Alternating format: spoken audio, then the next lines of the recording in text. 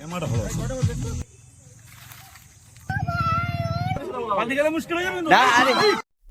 दोस्तों, तो कैसे हैं आप लोग।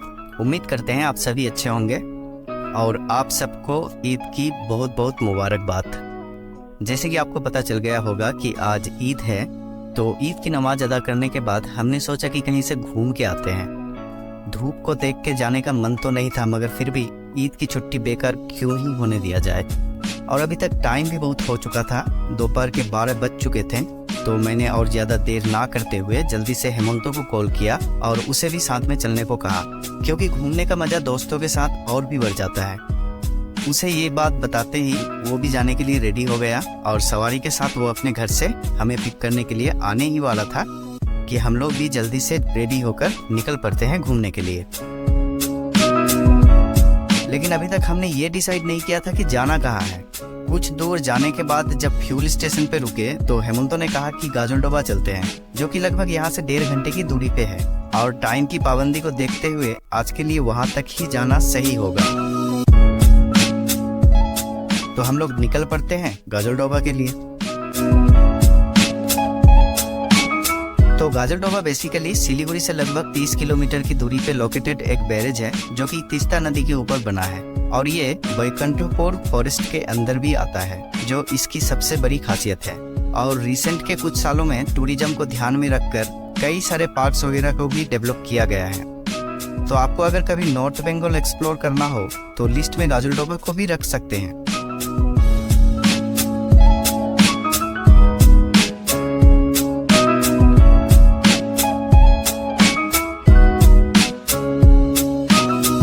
से कुछ किलोमीटर दूर उसी रूट पे ही भास्कर भी रहता है, तो हमने सोचा कि उसे भी जाने के लिए अप्रोच करते हैं। और उसको बताते ही वो भी जल्दी से रेडी हो गया। फिर हम लोग जब उसे पिक करने के लिए पहुंचे तो वो पहले से ही पिकअप पॉइंट पे रुका हुआ था।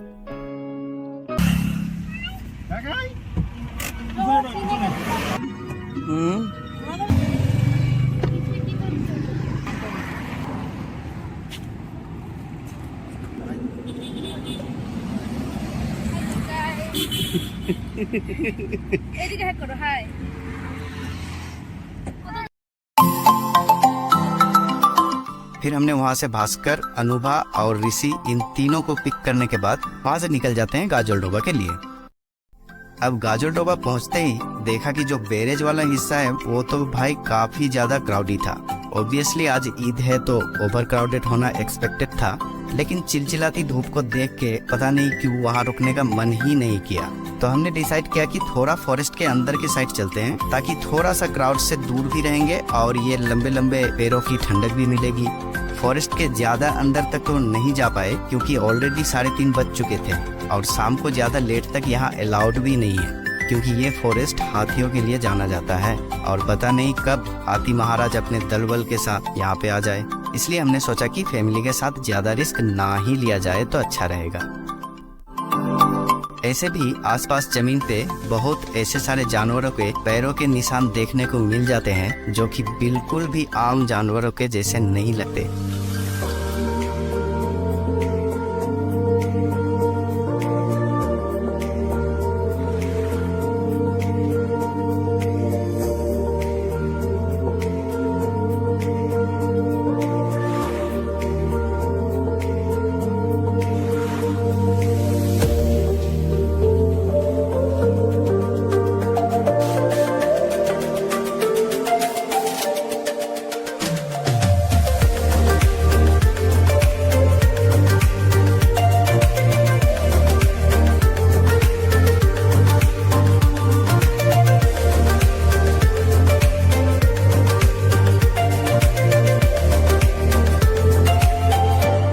यहाँ पे बस थोड़ा सा चिल करने के बाद हम सबको लग जाती है भूख। तो भास्कर ने ही बताया कि इस फॉरेस्ट के अंदर थोड़ी सी दूरी पे ही एक रिसोर्ट है, सरस्वती नाम से। आप चाहो तो यहाँ स्टे भी कर सकते हो। एक तो फॉरेस्ट है, उसके बीच में टी गार्डन और उसके बीच ये रेस्टोरेंट। काफी बढ़िया जगह है रुकने के लिए। आप अगर नेचर के साथ 1-2 दिन वक्त बिताना चाहते हैं तो ये एक अच्छा ऑप्शन हो सकता है। लेकिन हम लोगों को रुकना नहीं था, बस हमें अपनी भूख मिटानी थी। लेकिन उस टाइम पे रिसोर्ट में बस स्नैक्स ही मिल रहे थे, जो हमारी भूख के लिए काफी नहीं था। तो हम लोग भूखे पेट ही वहाँ से लौट जाते हैं।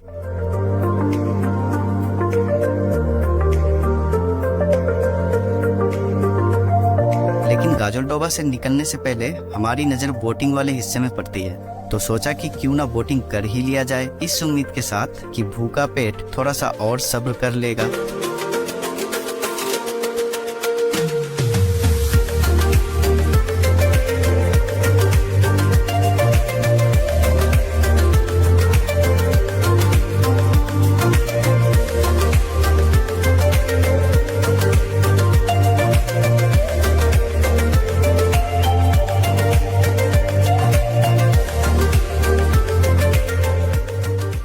फिर गाड़ी को पार्क करके हम लोग बोटिंग साइट पर जाकर 750 की एक राइड बुक करते हैं।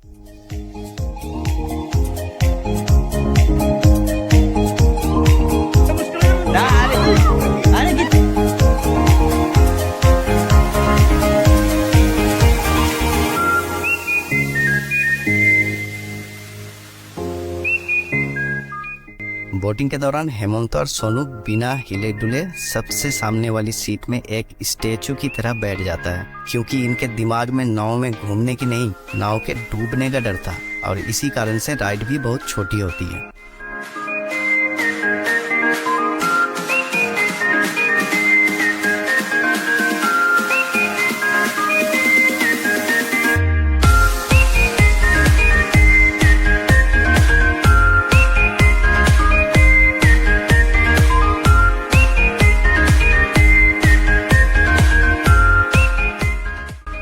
तो माची ने अपनी नौका को किनारे लगाया और हमने भी कहा टाटा बाय बाय।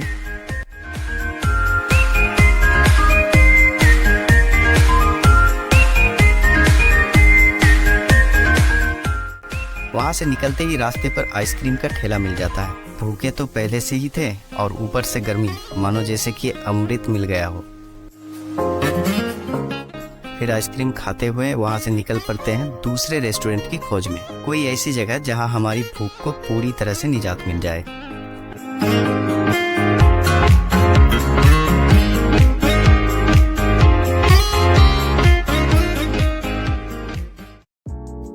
आखिरकार हमें मिल जाता है बोरोली रेस्टोरेंट, जहां खाने के बहुत सारे ऑप्शंस थे और काफी सुंदर भी था।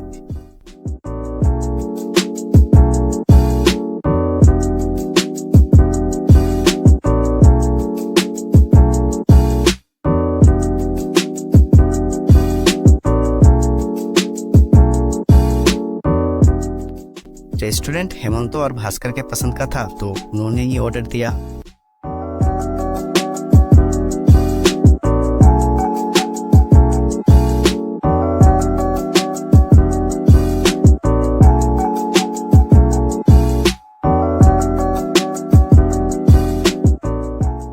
और पेट पूजा करके हम सब निकल जाते हैं घर के लिए।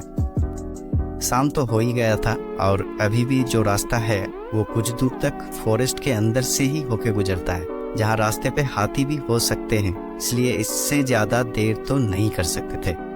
तो बस आज के दिन को ऐसे ही खत्म करके निकल पड़ते हैं घर की ओर।